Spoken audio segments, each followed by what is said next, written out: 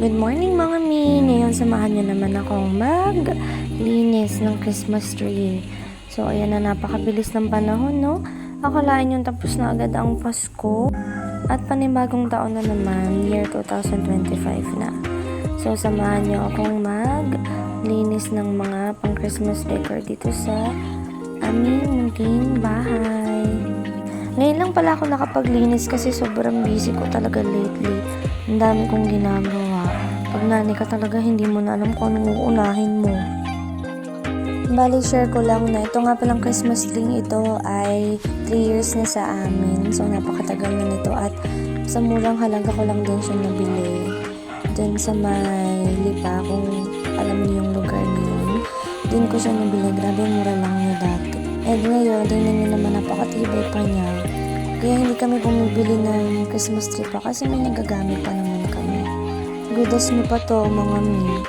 Ganun kami kaingat sa mga gamit. Ayan, kung titingnan niyo si Mima niyo, tamad na tamad tumayo yan. Kaya nalalaba na eh. Charing lang.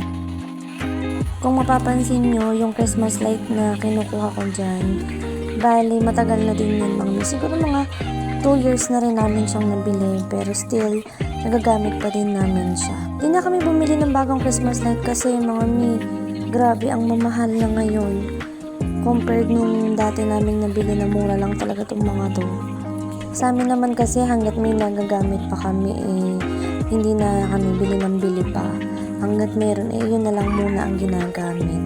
At okay din naman to. Tingnan nyo naman no. Hanggang ngayon, gamit na gamit pa namin itong Christmas light na to. Kala itong Christmas light na to ay nabili naman namin siya sa San Pablo naman. Doon, mura din ng mga paninda.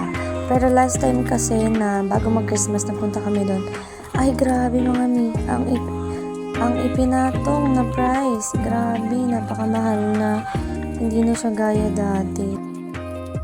Bali, kung hindi nyo nga nakita na ang color ng Christmas light na to ay yellow and white. At pareho pa silang naga ng mga mima ha.